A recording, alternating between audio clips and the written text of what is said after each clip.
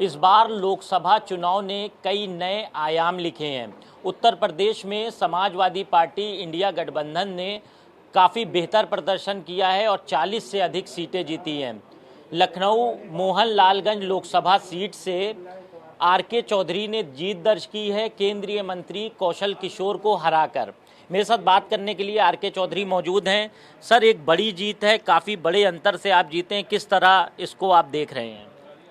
देखिए, जो ये जीत है इसलिए है कि जितना दोषी पब्लिक की निगाह में कौशल थे, उतने दोषी बीजेपी है।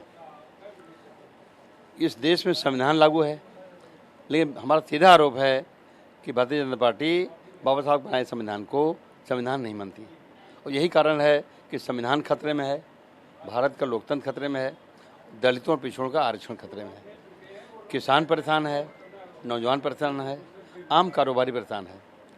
तो अभी तो बीजेपी के सबक सिखाया है, कम सिखाया है। अयोध्या जैसी सीट बीजेपी हार गई है, ये बड़ी बात है। निश्चित तौर पे कहीं न कहीं अगर टोटल इंडिया अलायंस में वो सारे विपक्ष इकट्ठा होते तो आज बीजेपी बहुत किनारे गई होती। चलिए, आज नहीं तो कल बीजेपी के खिलाफ एक लहर बन रही है, बनती जाएगी, और आने वाले दिनों में निश्चित तौर पे बीजेपी के अंदर अपनी सुधार लाना पड़ेगा। बीजेपी 60 से ज़्यादा सीटों पर जीतती थी उत्तर प्रदेश में। मोहनलालगंज पिछले 2 बार से कौशल किशोर जीत रहे थे। ऐसी क्या वजह रही, आपको क्या लगता है, ऐसी क्या बेसिक चीज़ें थी जो जनता ने कौशल किशोर को नहीं चुना, आपको चुना? भाई, जनता चाहती है कि आप हिंदू हों, मुसलमान हों, सिख हों, ईसाई हों, कुछ भी हों, आपका धर्म मनाइए, लेकिन देश सबका है, देश चलेगा संविधान से। बीजेपी ने हरकत किया है, नए संसद भवन में सिंगोल बैठा दिया। सिंगोल माने राजा का डंडा, राजदंड। भारत चलेगा संविधान से, न कि राजा डंडा से। निश्चित तौर पे देर सवेर राजदंड संसद भवन से हटाना पड़ेगा और वहाँ संविधान के प्रति रखनी पड़ेगी। इंडिया गठबंधन की अच्छी सीट है, विपक्ष के तौर पर एक मजबूत विपक्ष इस बार आया है, तो किस तरह से आप लोग संसद में आवाज़ उठाएंगे? अब संविधान के दायरे में पब्लिक के हित में जितना संभव होगा हम लोग सवाल उठाएंगे और बीजेपी को घेरेंगे। हर हालत हम चाहेंगे, संसद के अंदर भी, संसद के बाहर भी, हम ये माहौल बनाएं कि देश सबका है, किसी एक वर्ग का नहीं है, देश सबके लिए है, किसी एक धर्म के लिए नहीं है, हर धर्म के लिए। बल्कि धर्म के मामले में सरकार चुप रहना चाहिए, लोगों को फ्री छोड़ देना चाहिए, जिसका जो धर्म है अपने साथ बनाए, ना कोई रोकने वाला हो, ना कोई बढ़ावा देने वाला हो। लेकिन देश में नौजवान परेशान है, देश में किसान परेशान है। अब सोचिए कि खाद की बोरी होती थी यूरिया की 50 किलो, मोदी सरकार में हो गई 40 किलो, और दाम नहीं घटा, खाली उसका वजन घट गया।